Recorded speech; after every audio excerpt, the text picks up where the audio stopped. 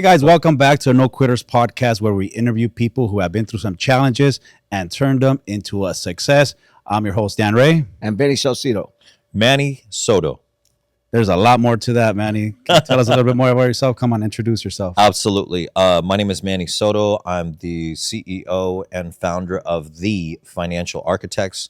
We're a financial planning franchise. So we set up like 401ks for people and life insurance policies, do company plans, do tax strategies within the company plans.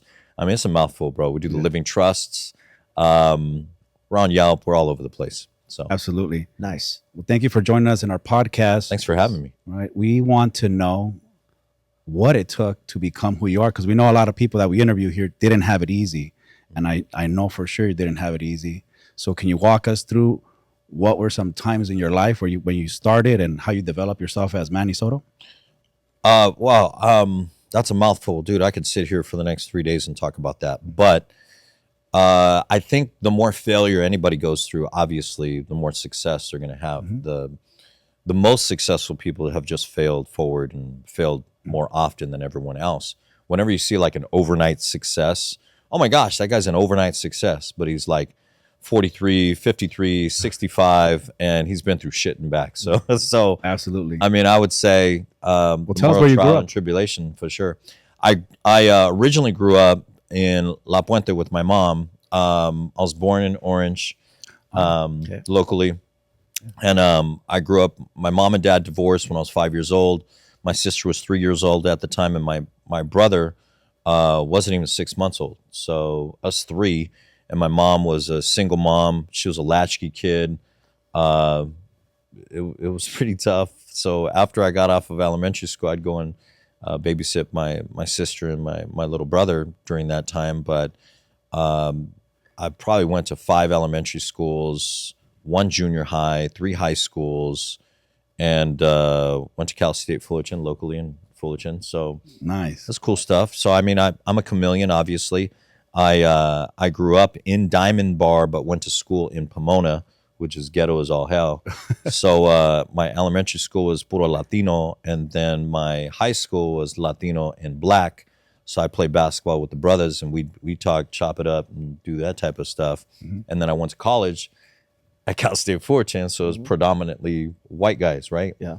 So you go from "What's up, Holmes?" to "Oh, damn, dog," Yeah. and then you're rolling, "Hey, buddy, how's it going?" You got that chameleon type of attitude and swag, but it makes to me it's a blessing, silent blessing in disguise, because it makes it easier for me to fit into any environment that I have the necessity to roll into. Wow, that's amazing that you say that, man. Because we interview a lot of people, or we talk to a lot of people outside of here. They talk about the same situation that you went through, but they talk about it like they had no stability. I moved so many schools. I have no friends, and they see that as a disadvantage. But in your case, you're seeing that as an advantage, which is the way to Huge see advantage. things. He learned Huge how to adapt. advantage. Huge Absolutely. advantage. It's amazing. Like even me, I don't speak Spanish, but I understand all of it. So that's a leg up and a leg down.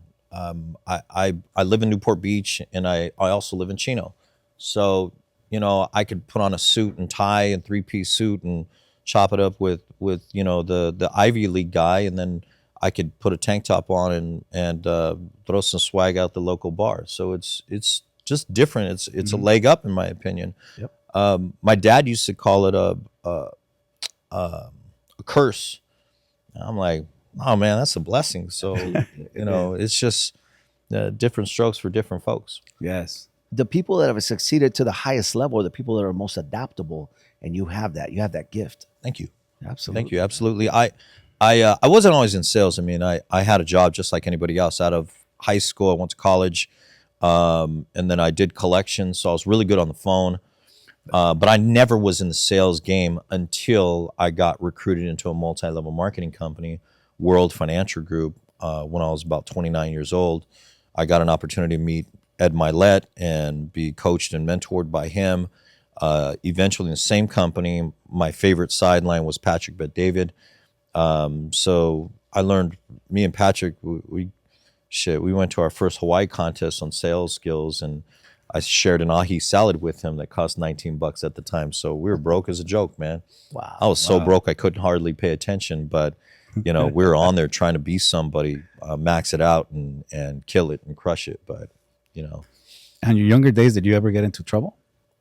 I wasn't caught for trouble. I've been arrested before a couple times, but I beat the rap. So no, nothing charged. I think when we're younger, I mean, yeah, dude. I mean, you grew up in Pomona, Papa. Yeah, dude. We had armed proctors. I've seen 3 of my friends murdered. I've been in several fights, fist fights. My nose has been broken 3 times. My brother, who was better looking than me, smarter than me, and I think more charismatic than me, just had no ambition. But we did. My dad had a MMA gym, and we'd mess around. I was clearly no good at it, but my brother was really good. But growing up in that type of environment, yeah, you got to man up. I remember specifically being on a basketball court when I was a sophomore, and I low bridged some guy, where you cut the legs out, and he wanted to fight. He was a junior, and I was like, "Yeah, man, let's fight," because I thought I got to man up. Back then it's like, show him you're a man, but back then also someone got shot for that stuff. So it was a fine line. Yeah. It was a fine line. And then going to Cal State Fullerton, it was like a breath of fresh air, bro. It was like, oh damn, I ain't got to watch my back. But walk in the park here. Yeah, it's different. You always have a leg out when you're, just like men do it. We'll go to In-N-Out right here, and we'll be checking out everyone walking in. We want to have our face towards the door. We want to know who's walking in. 100%. Things like that. So things like that what I'm talking about too. So that's what's up. That's how I grew up. But I think growing up at that level, because my Theo's going to get all mad at me right now. But my mom was from 9 brothers and sisters. My dad's from 12 brothers and sisters. Damn. And my mom's family, they're all thugs. Like, I can't think of one of my cousins that wasn't from a set. So growing up in that environment, it teaches you how to, again, smell the smoke around the corner, because it's brewing. And I've been in a lot of situations, going back to your original questions, where, yeah, we did some sideways shit. Like my cousin was a really good boxer, and we'd be boxing the street, other sets. So I was never part of a set, but it was from that walk of life. And then my mom took me out of that environment, and we moved to Azusa. At what age was that? Boom. I went to Azusa High School as a freshman. I went to Diamond Bar High School that I got kicked out of because I didn't live on the right side of the tracks. And then I went to Ganesha. My first day at Ganesha, I saw these 2 chicks fighting. I was a freshman, and it was a black girl and a Mexican girl, and it was wild, bro. Like, there was bras out, there was boobies. It was pretty wild. But I was like, all right. First day of school. I'm like, okay, that's what I'm talking about. My dad asked me, how was the first day of school, son? I was like, it was dope. So again, going back to what we were talking about before, it's like, I guess the trauma is my comfort. So even recently, I opened an office in Tempe, Arizona. I didn't have to do that. I was really stupid, in my opinion. But I opened it, and it's shaking my cage now. I'm like, man, we did 36,000 there last month, and I'm like, I can't go to Tempe right now, man. I got to go to Chino Hills. I'm looking at Corona Del Mar, another locations, a bunch of different things that are mixing and matching. Got you. So how many branches do you have now? Right now we have 29 financial services branches. We're a franchise though, so I don't pay for all 29 branches. I only pay for my Chino Hills operation, that office. It's a retail spot. We got 2,400 square feet, and it costs me about 11 racks a month. And then I got the Tempe location. It's nothing. It's like $1,100 a month, dude. So, we got close to 300 agents in our company. Wow. Our number one product is living trusts. Obviously, 70% of real estate that's owned does not have a living trust. Correct. So it's a major plug for us. And our second largest product transaction is life insurance, income protection. Nice. Mm-hmm. And it's all educating people, teaching them, because where we grew up, we didn't know shit about. Basically, everything they don't we show had, you in nobody school. had a living trust. No, nobody knew about financial designing your life and nothing. Yeah. Our mission statement is to educate and empower. Yeah. So that's funny that you bring that up, because I believe that if you have the education, you can accomplish anything. But with the lack of education, you're going to make some bad moves. And through failure, you learn. But if you're more educated, that's why I love reading. That's why I love playing chess, like you, bro. Yeah. So your opponent's move is going to cause you to react in a different move.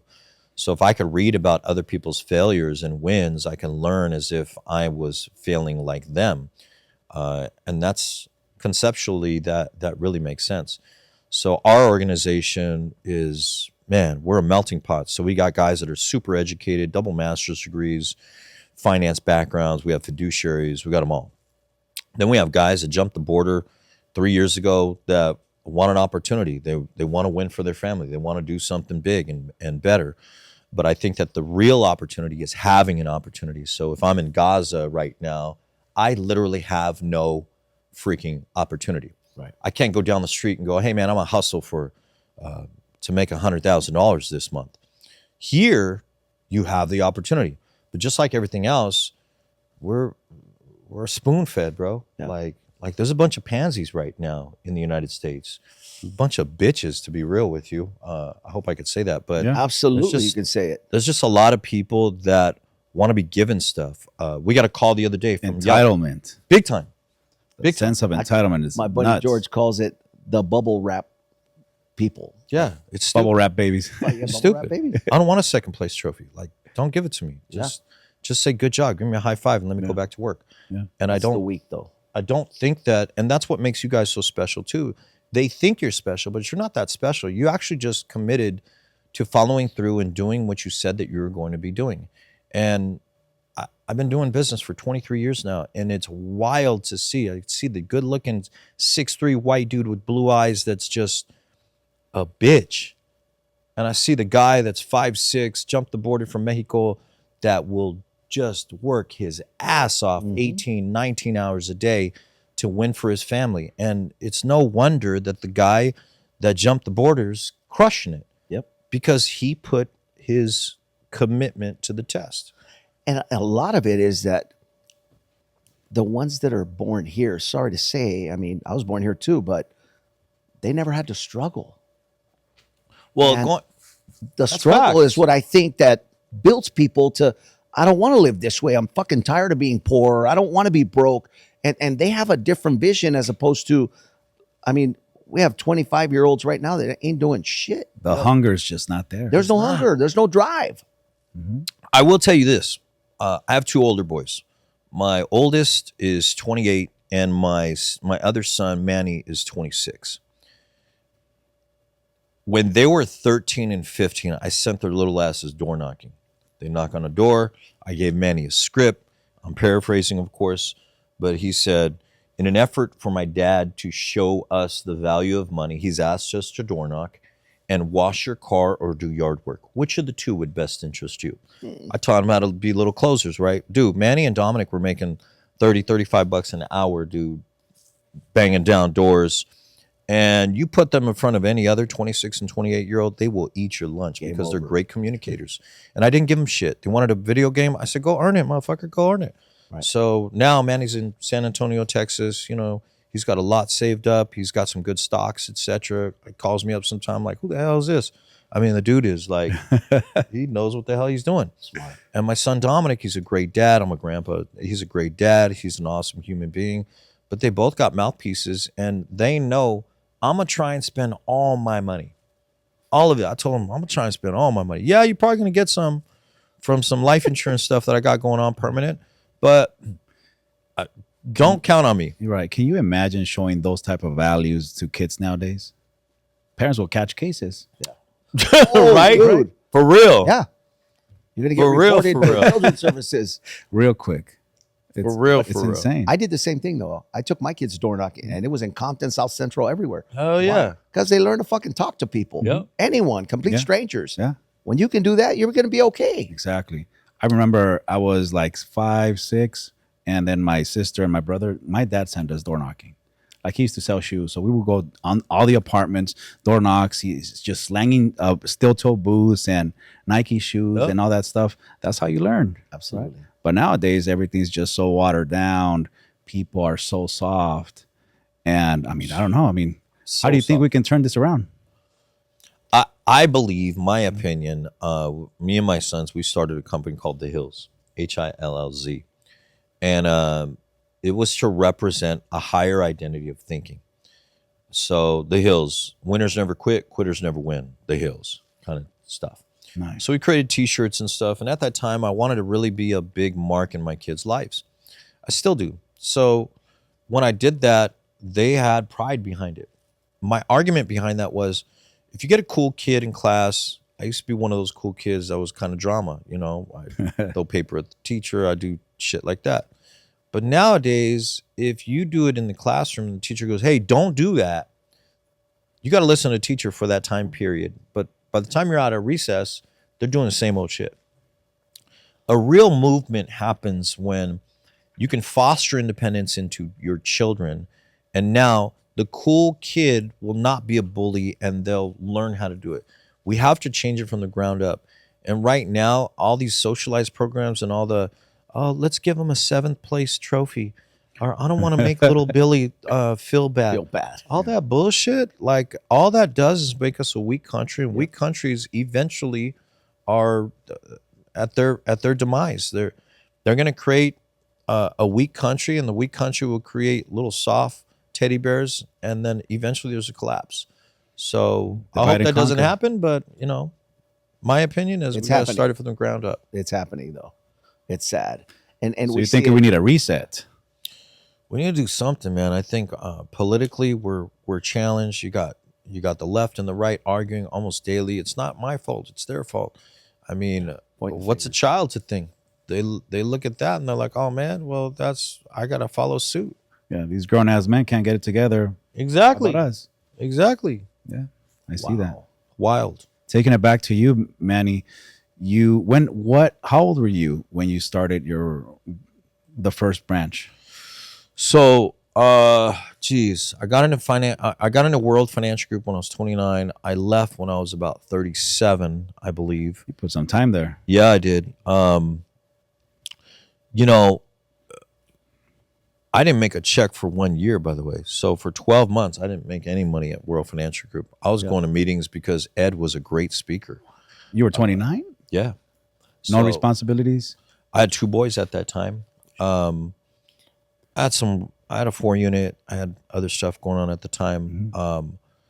But I would drive from Huntington Beach to Pomona. It took me an hour and a half sometimes, just because I wanted to go see Ed speak. The stuff he talks about now is the same shit he was saying back in 2003. Like he's just hitting different. Yeah, he just remarketed it. And I mean, think about it. YouTube hasn't been around for 30 years. No. It's somewhat recent. It's been around for 16, 17 years or something like that. So now he's on YouTube, he's on Instagram, he's all over the place. But the dude was saying the same thing. As a matter of fact, I listen to him talk now. He was way better when he was 33, 34 years old. Just raw. Yeah. I mean, the dude was making $500,000-$600,000 a year. I was dead broke. I was homeless in a suit to a degree. I was taking showers at LA Fitness, and I didn't want to go back home. But, you know, during that stage, I got in at 29. I left at 37.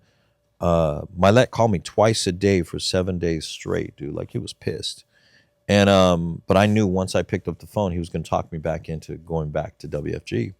So I went about 3-4 years doing just independent planning. And then my first branch was probably when I was about 43. I started TFA. And the primary reason was this guy, Omar, is 25 years old and he wanted coaching. And I told him, nah, man, I don't coach anybody anymore. I don't want to recruit anybody because it gave me bad vibes. WFG, I recruited almost 1,000 people there. And I didn't want to coach and train anymore, so I just did individual financial planning. So Omar was the one that I go, man, I got to create an environment for him. So we got this little 200 square foot little corner office. You know, one of those, what do you call those, virtual offices? Yeah. Where they pay for your own operator and stuff. So we got one of those. Within about 6 months, I went and got like an 840 square foot office in Chino. right behind this AM/PM. 3 years later, after the lease expired, I got this retail spot that really blew up, which was right next to one of the busiest Wells Fargo in Inland Empire, Wow. off the 60 freeway. So I was getting walk-ins, and I was never used to getting walk-ins. I was normally going in pitching Chasing, to real yeah. estate or lenders or things like that. Yeah. And then now I got one of the busiest spots. We got like close to 40,000 cars that cruise by every single day. Our mark last year was 212% growth just on walk-ins. So we're killing 210% growth. 212%. 112. Yeah. So we're gonna walk. I mean, I got a walk-in in January, paid me almost 130 grand. She rolled over her deceased husband's 401k. She got a couple life insurance policies. She was a teacher. Wow. So this is a walk-in. I have a great Yelp. We have 105, 107 5-star reviews on Yelp. We have great publication. Not to say we'll never get a bad mark on Yelp. It's eventually going to happen. But for right now, we're cranking. I don't want to be 100,000 agents, even though I think that I can accomplish that. It's just a big headache. I see like my buddy Patrick. He's walking around with security and stuff. I don't want that. I see Milet. He's got to walk into a room and smile at everyone. I don't want that. If I don't like someone, I'm down to go, I don't fucking like you, bro. I don't want to be like a fake. That's so with you, bro. Like I immediately, I liked you. You were a cool guy immediately. Venny too. Thank you. Same thing, bro. That's why I want to be in business with people that I naturally love and respect and like. I don't want to be that fake guy, you know? Absolutely. We can be an acquaintance like from a distance, like way over there. Yeah. That's part of the whole facade that people put up in life. Yeah. Yeah. And I do believe, you know, don't step on toes. Like I'm neutral. It's not like I'm going to go up to someone and be like, I don't like you. You know, I'm not like that, but I just rather be be legit about it. Real. Yes. Real. Authentic. That's it. Yeah. 100%. Yeah, well, that's one of the things that the world is missing now. Yep. Authenticity. Big time. Everyone's just trying to be somebody else of somebody else, and they're a copy of a copy of a copy, and they're missing their identity, right? Completely You know what's interesting? You're 29, 2 kids, a mortgage, Mm-hmm. a 1 year of not receiving Not a fucking dime. paycheck. Yeah. What kept you motivated? I think kids are a big purpose. We have a rep in my office right now. He's 42, 43. I don't mind sharing this. He's moving here from Arizona, and he's got no kids. He's got no ties. I already know it's going to be difficult to fan this guy's fire, get him up and running. Mhm. So I'll tell some of my reps, go buy a BMW and have a $1,200 car payment. That way you have to get up in the morning. Yeah. If they ain't got no kids, I'm not going to say anything bad about that, but it lights a fire up their ass. So, Yep. so I don't want my kids knowing that dad didn't put it on there. I get emotional over my kids. I want the best for my kids. Right. So knowing that they're watching it does make me get up in the morning. Nowadays, because I mean, I could probably hang it up tomorrow and I probably still make a good residual income tomorrow. Residuals are super fantastic.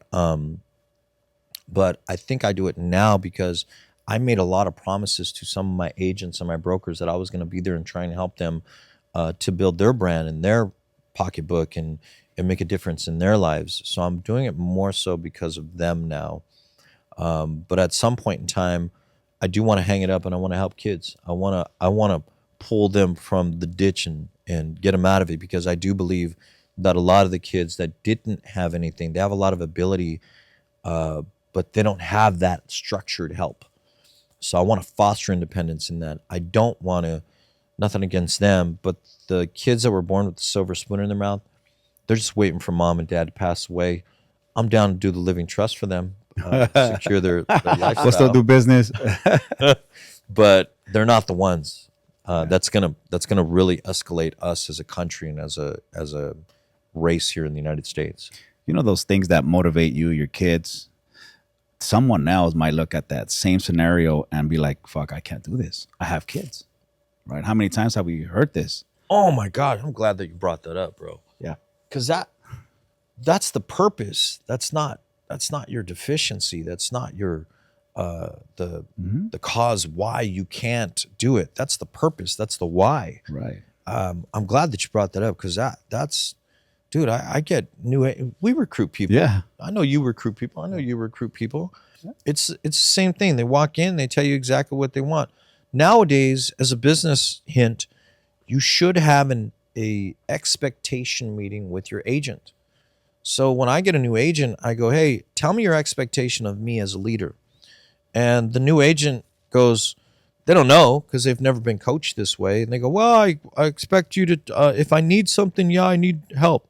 Okay, cool. Is that it? All right, sweet. Here's my expectation of you. I need you to be in the office from 8 a.m. to at least 7 p.m. You said you want to make $250,000, right? All right, no pansies allowed. 8 a.m. to 7 p.m. Then you got to make 40 calls a day. 40 calls a day keeps poverty away. Then you got to go out and you got to market. You got to prospect. You got to do all these different things, right?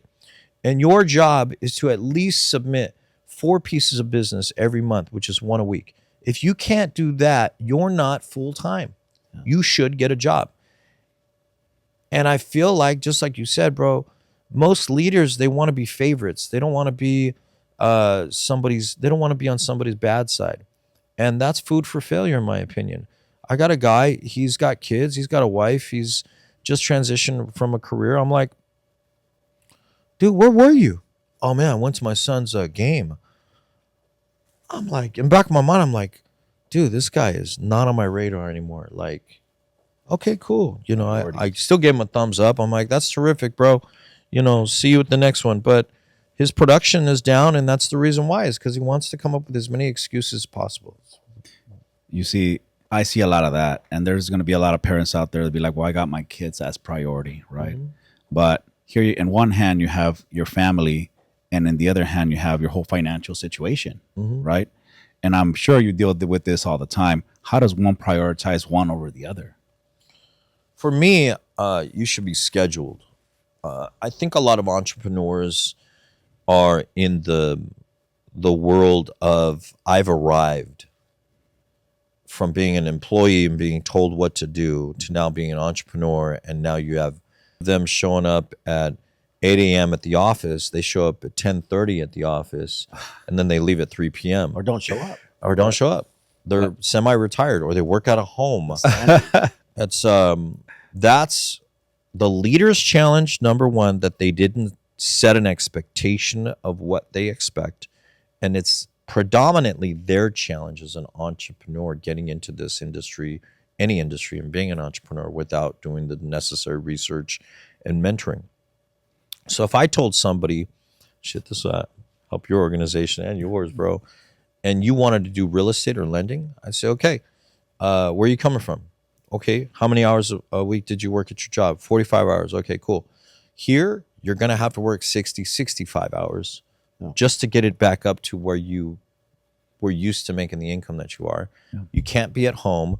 There's literally about 3 to 5% of people that can work from home and be productive.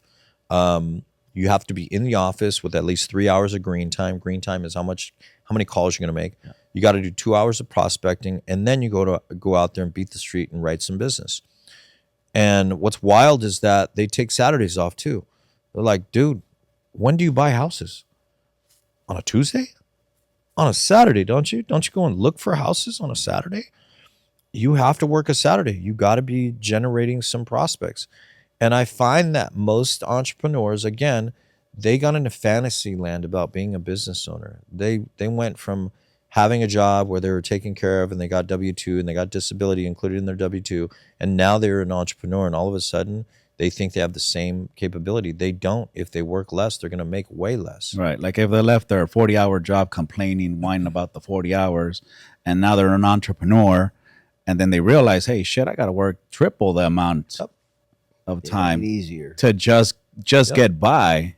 It's a hard realization for a lot of people. There should be, this might be an idea for all of us, bro. There should be like an entrepreneur mastermind. Hey, these are the senior guys. They're the grandfathered guys that know what it takes to be successful. Boom, boom, boom, boom. A brand new entrepreneur goes from having a job to now buying a job, and they get like 3 videos from us on saying, hey, this is what I would do if I had to start all over again. It's not a bad idea.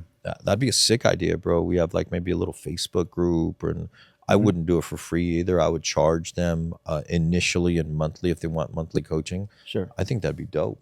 I think it'd be good. Yeah. Make it affordable for some people to have some skin in the game. Otherwise, they don't value it. They will never value it if you give it to them for free. Yep.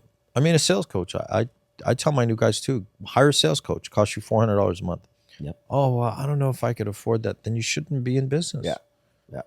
Exactly. What the hell, dude, 100%. you know? Manny, so you had mentors in your life. Who were the biggest impacts in your life? Ed Milet was my number one impact in my whole life. I still text message him. I tried to write him a check the other day. He's not taking my checks because I still believe I owe him an override. He was the number one guy that pulled me out of having a job. He was the number one guy that kept me coming on a weekly basis because he could make you laugh and cry within 5 minutes. The guy's super special. He's the most incredible speaker I've ever seen, above Tony Robbins, above all the other guys. I don't know if he still has it if I were to sit with him today, but I do know that 20 years ago when I was with him on a daily basis, he was just so special. I'd literally put my ear up against his office door and listen to him, how he articulated a message. It was unbelievable. And I believe that the reason, or the way that I speak now, a lot of it has to do with him. So he's very assertive. You walk through the crowd, you touch people. I couldn't hold eye contact to a degree, but he's the one that taught me that. He's the one that taught me how to escalate. He's maybe 5'7", right? He'd be on his tippy toes and I would match his tippy toes. I was 6 feet tall at the time. Now I'm 5'11". But I was, at that time, tippy-toeing just to match him. Yeah. So he was the one that I duplicated and the one that was the refinished product, if you will. Number one, my dad was an unbelievable mentor to me, even though he didn't have the best personal life. Wonder why I don't have the absolute best personal life. You know, the apple didn't fall far from the tree. But my dad has 9 kids, and I thought my dad was an incredible dad when it came to like helping us. He would teach us certain things in not the best form, but I learned from it. You know, he would I remember renting a room from him years ago. He'd be like, "Man, where the fuck you going?" I go, "Oh, Dad, I got some appointments." And you know, I had like 3-day suit broker where your sleeve was down here to your knuckles, and you get 3 suits and 3 belts and 3 socks for $300. So I'm like, "Yeah, I'm going to do an appointment." My dad go, "Mr. Millionaire, where the fuck you going?" He'd be like, "You're broke. You're a loser. Why are you doing this?" And I said, "Dad, I want to be somebody. I want to do something other than have a job." And my dad was in the car business, and he was probably working 60, 65 hours a week. And he was a hard ass worker. And I think I got a lot of that from my dad. So I'd say those 2 individuals probably had the most effect on my life. I think that, you know, during the walk of life, I had a lot of sidelines. I went to thousands of events where I would get just 5 minutes of something and it really would get me. But the primary guy was Milet. Milet was just so inspirational, motivational for me. But you invested in yourself. You actually went to events, paid for seminars, and did stuff Absolutely. to learn. Absolutely. My production also in WFG, my first year I did 212,000 in target premium. My second year I did like 208. And I earned being in the room with other players. A recent guy that just left WFG, started GFI, he's probably recruited 30,000 people in a year. He's killing it. I think WFG is suing his ass though. But Eric Olson, I was in rooms with Eric Olson. I was in other rooms with Pat David. I was in earned rooms with this guy, not my favorite guy, but I won't even say his name because I can't stand the dude.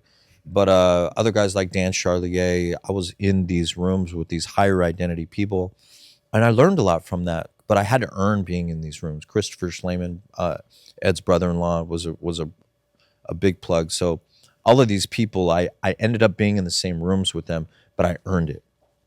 So Milet, number one. Wow. Thank you, buddy. Now, if you could go back and change anything in your life and do it different, what would that be? Tell our listeners, what would you change? I don't ever regret finding a network marketing company like World Financial Group. I thought it was incredible. I learned a lot from that. I learned rejection. I learned some financial planning. I learned actually what not to do in financial planning from WFG. But the number one thing I already know this answer immediately is I stayed there too long. I should have left year 4, not year 8. I should have talked to 3 mentors during that 4th year that were outside of my business, that didn't have anything to do with my business, and just put all the cards on the table and say, hey, I need direction. Here's where I'm at in contract. Here's where I'm at with my home life, and here's where I want to be. I wish I would have took maybe 3 or 4 mentors, taken them to lunch or dinner, and paid for their time. If they get paid $300 an hour, I should have paid $300 for that hour. Another thing I would have done is I would have initially gotten, it's going to be so analytical, but I'm more of an analyst kind of, I'm a cool nerd. I would have gotten a CRM day 1. And everybody that I met, I would put into my CRM. Your personal. My personal CRM. I would pay for my own personal CRM. I would not buy into my organization CRM that's free. Because they own it. There's a reason it's free.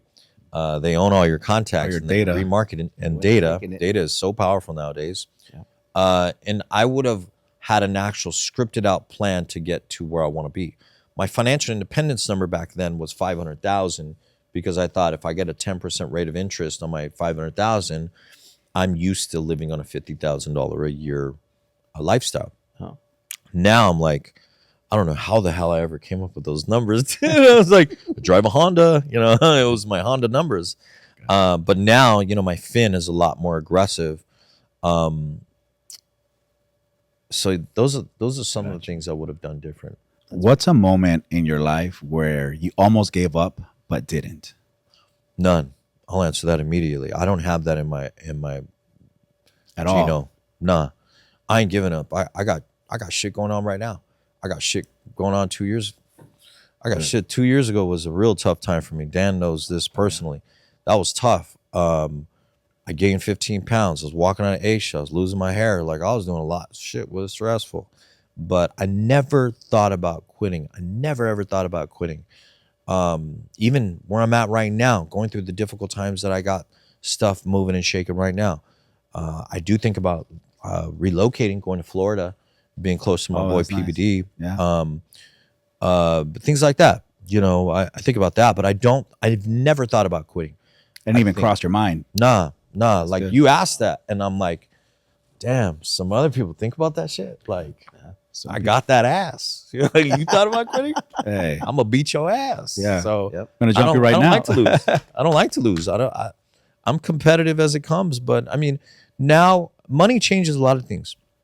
They always say money is relative. Yeah, because when you got money, all of a sudden, all your relatives show up. They want a handout. That's because it's relative. But money does change lifestyle. It does change schedule. It does change mindset. So if you can think as if, you will eventually walk into that if. So I just made 1.6 million bucks last month. I have this badass Newport spot that's like the infinity pool, looks like it's going into the ocean. I just went on another vacation with my daughter. Like, things are awesome. And I said that as if. It didn't happen though. Not yet. Not yet. That's the goal. Yes. But you follow me? So if you think it, yes. you got it. Yeah. I want to make my annual, my monthly. I don't want to be comfortable at $2 and $3 million a year. I think that a lot of us get too comfortable, bro. Yes. The way I see you speak and everything, you speak with authority to yourself. Thank you. You just spoke to our audience, right? And I feel that's something that a lot of people are missing out there, right? They're like, I don't want to go to the gym. Yeah, bro. I don't want to go to the gym. But when they speak to themselves with authority, that it changes things. I grew up on incantations.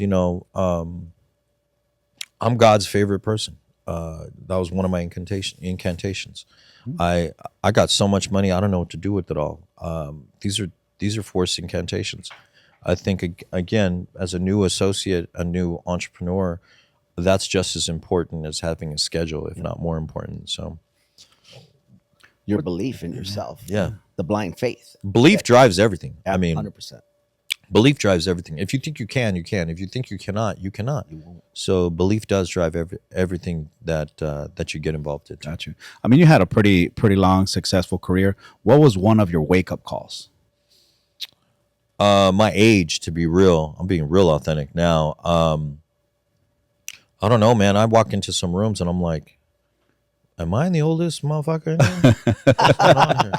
I got some young studs in here, and I'm like, yeah, I'm beating them now, but they might catch me, and that's a challenge. Looking into AI and things of that nature, I've gotten a lot of compliments on looking younger, but I had one of my buddies. He goes, "Dude, I wish I had your genetics."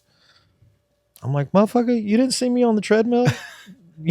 I work my ass off. You know what I mean? I'm going to the gym just like I go to business. You know what I'm talking about, bro. Yeah. So even at the gym, if people are a little overweight or they're having challenges somewhere, then they know what to do to fix it. You just need to do what you know. I used to put that on my mirror every single day. Do what you know. I know I got to get up early. I know I got to get into the gym. I know I got to make my 40 phone calls. I know I have to voice my incantations. I know I got to get in the right rooms.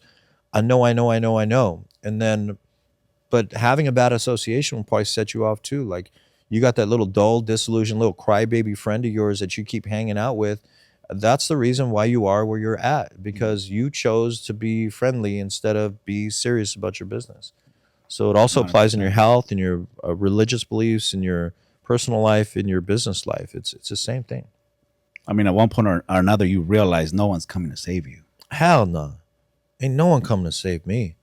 So, I mean, dude, I've always been, though, give me the rock, man. Give me the ball. I want to shoot the final shot. So I'm okay having that responsibility because no one else was there willing to take that shot. Now, do I think other people are better than me when it comes to a certain sector of business? Absolutely. But I know my place. So if you want me to promote something, I'm badass at that. You want me to speak somewhere, I'm badass at that. You want me to dissect a financial plan, I'm badass at that. You want me to create a website? Bruh. Not me. Shit ain't happening.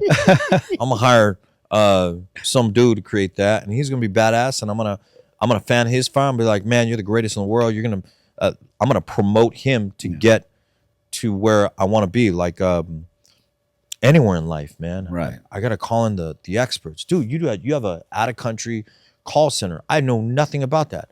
So if I want to start that, or if I want to get involved, I just call my man.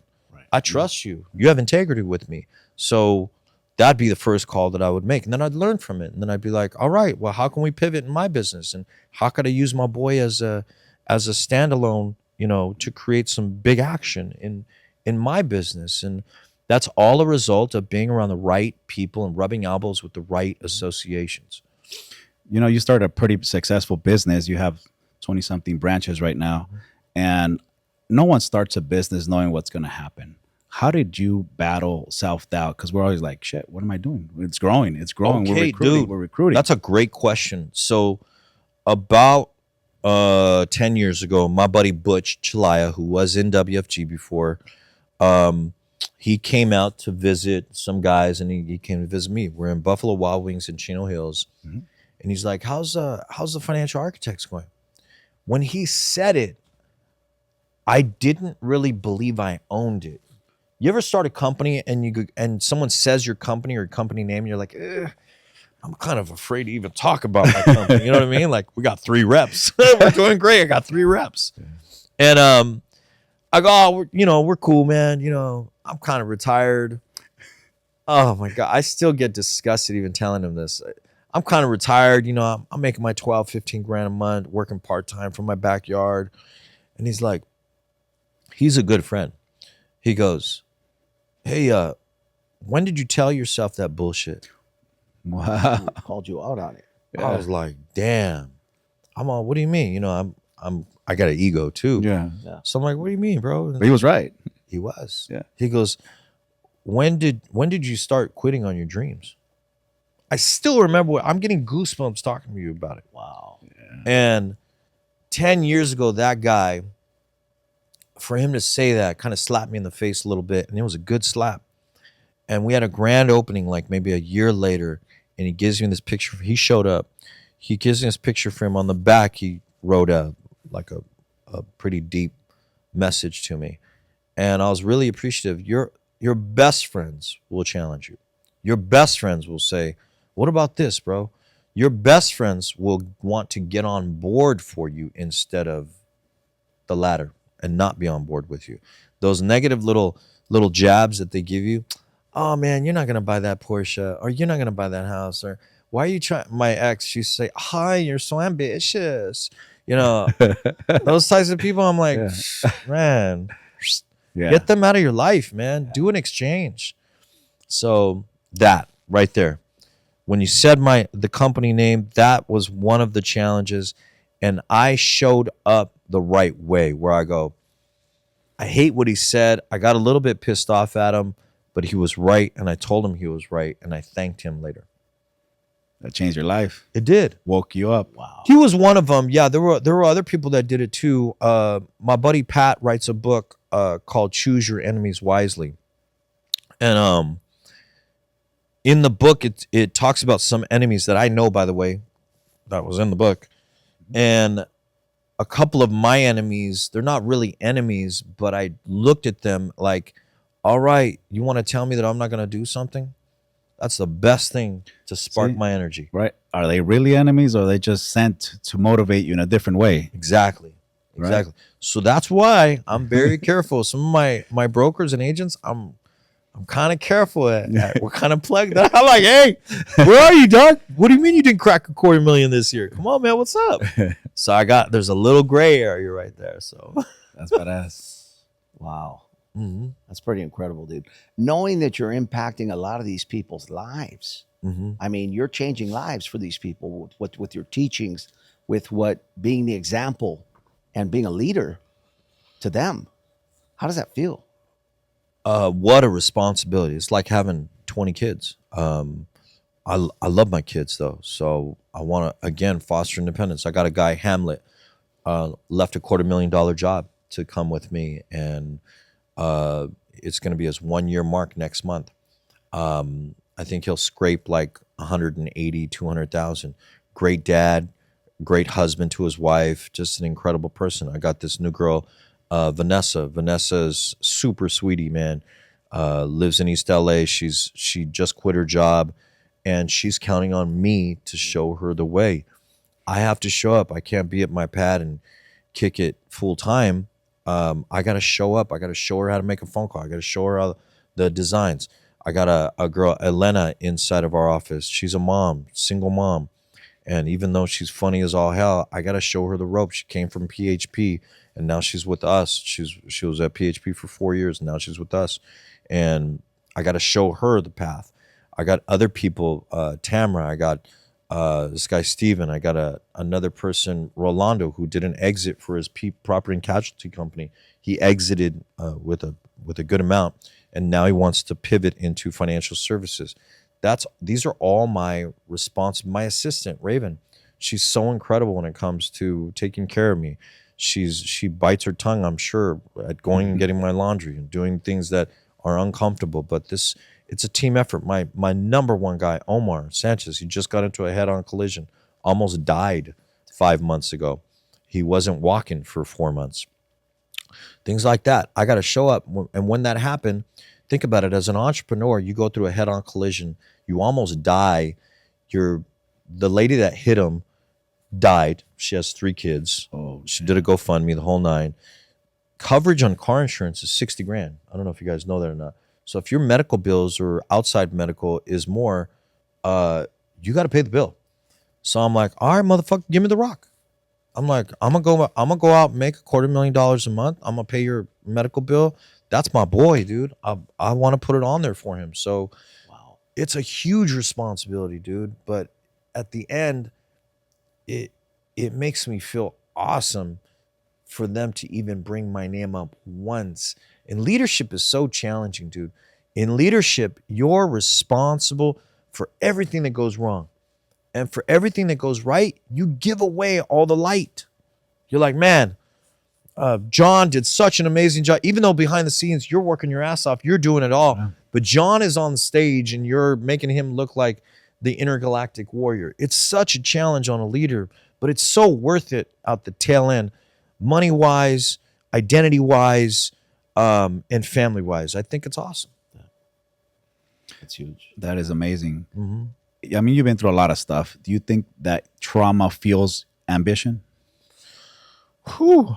I don't know. I'll tell you in about 5-10 years, dude, when I'm done. Because right now, shit it's thick. Another thing that I teach my guys too is that if you're going through something, why are you gonna tell everybody? Like everyone on Instagram, They're trying to feel good. on Instagram, they're like going through a problem. And then you're like, why do I get all these DMs? These chicks that do like respect. But if you're at the gym and you're doing squat life and you're putting it on the gram and you're getting thousands of DMs from guys want to take you out on dates, don't complain about it. You attracted what you wanted. So if I'm on Instagram and I'm worried, I'm going through something, Venting. you'll never see me go, having a relationship problem. What? I'm a leader. I'm a leader. Yeah. I'm not going through any problems. I'm not going through any physical problems, mental problems. I could have stage 3 cancer right now and you'd never know about it because I'm a rock. That's my job as a leader. You wonder why geese fly in a V formation? It's because they go 78% faster if they were to go it alone. In a team effort like this, the leader is the leader. You want to be a little bitch? Go behind me. Let's go. Lead, follow, or get out the way. I don't want that. I can't have that. And it's going to sway movement. It's powerful. Yes. Powerful. I'm on one today. I didn't even take a fat burner today. So you said you wrap up in about 5 years. What's next for you? I do believe I can do an exit for north of $100 million inside of this company. We've already gotten some asks in VCs, but we're still somewhat small. So in the exit, I do want to pay out my franchisees, proportionate to their production, of course. So that's where I'm going with it. And I do want to do something outside of that. I love podcasts. I think podcasts is dope. All mad props to you guys because it's a drain sometimes. You're tasked with asking the right question and you're like, man, now I got to put it together and I'm away from my true business for 2 hours.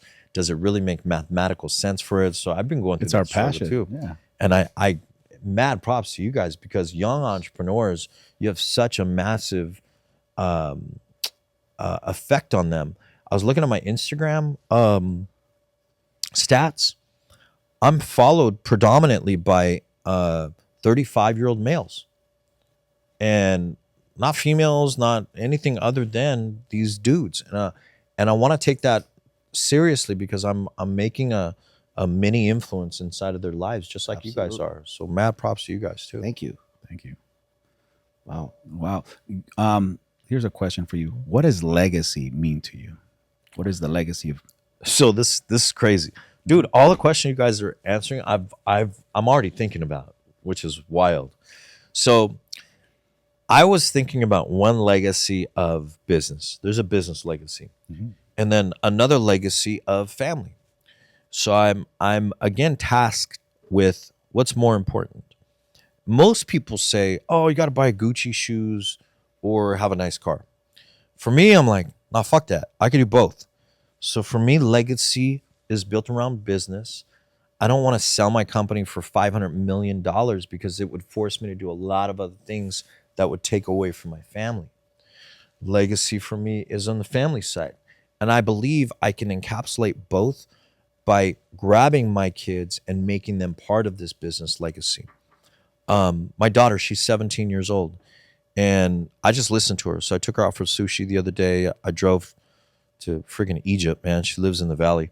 So I take her to sushi and we're chopping it up. She goes, yeah, I applied for jobs and stuff. I go, oh, that's cool, Mia. My daughter, I don't have her banging down doors because she's not a dude. You know, I'm a little sexist in that. But I do ask my daughter to do public speaking. So I ask her to write out 10 vocabulary words. She has to write a paragraph and she's got to pitch it. She's got to present it in front of her mom and her stepdad or in front of me and her nana. And she's done it 3 times for $50 a piece. I don't give her shit. I go, you want money? You know how to do it. You know how to earn it. That's $50 an hour is more than grown-ups make. Yep. I gave you the option. If you don't want it, no problem. This goes back to what we were talking about. Yeah. All these kids want everything, but they don't want to do nothing. So she's looking for jobs. And I go, okay, cool. I can't wait for you to get a job because she's going to get minimum. She's going to feel the brunt of, man, what did it take me to get $50 working a job versus dad, right?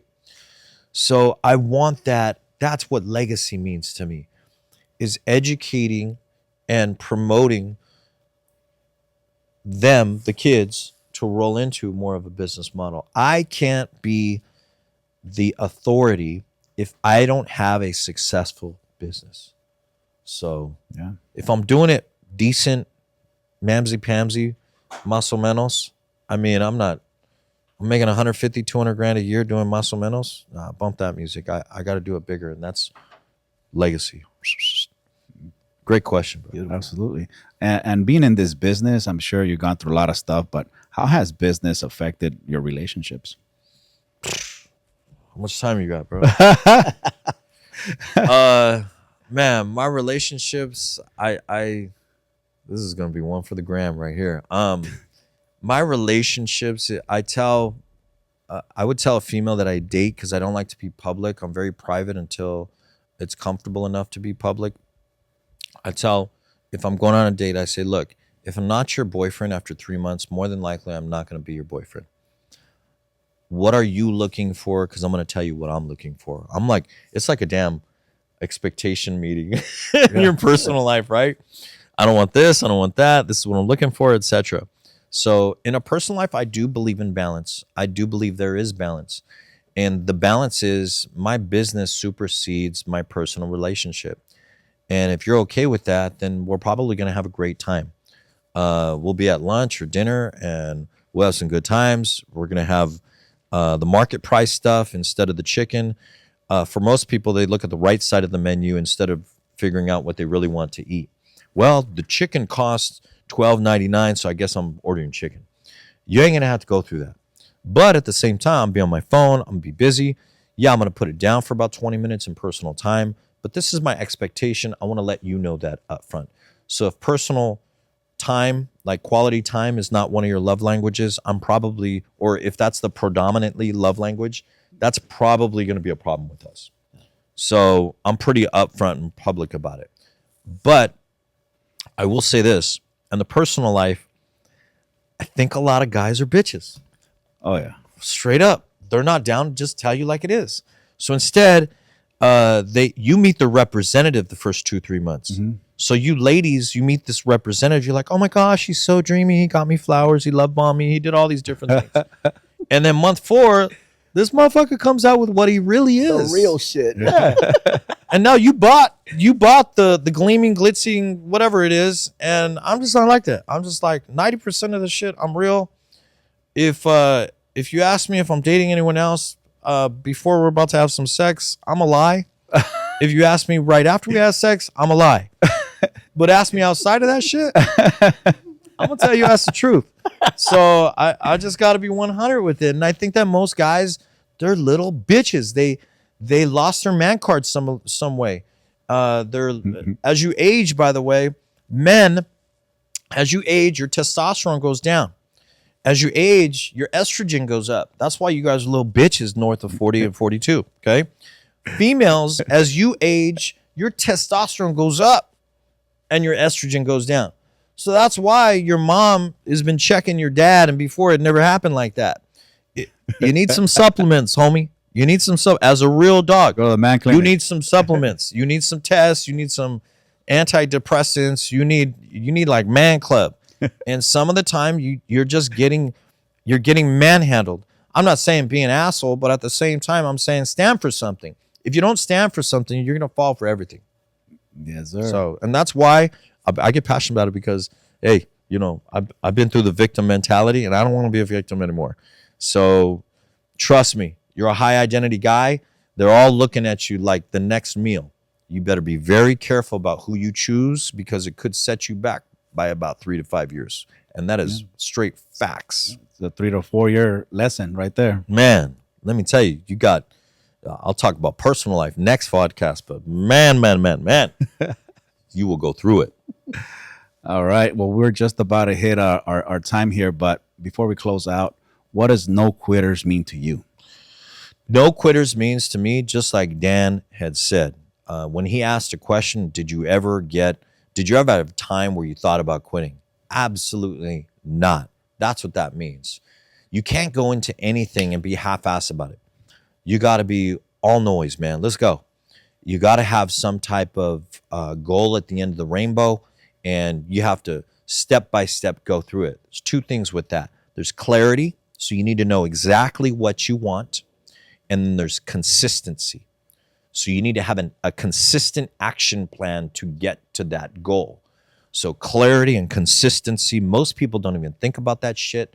So if you want to get into anything, have those two things marked, and then go and grab guys like Dan and Venny, so that you can be like, all right, man, I need some mentoring, I need some coaching, I need to know the direction. And you guys, as a result of this conversation, it's going to help me to pivot in the right direction. No quitters. I'm not quitting. I'm not going home. I'm staying here, and I'm going to make this shit happen. Absolutely. That's badass. There you go. That's badass. If our audience wants to find you, what's your handles?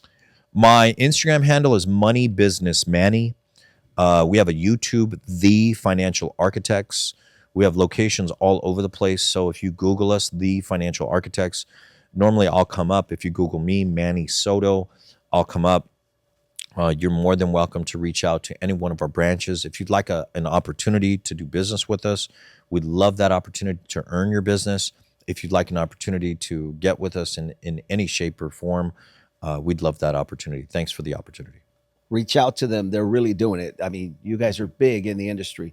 And so thank you for being here. We Thanks for having appreciate me. your time. Thank you, man. And don't forget, No Quitters Podcast on all platforms. We're on YouTube, on podcasts, Apple, everywhere. Lock in, fam. Let's go. See you soon.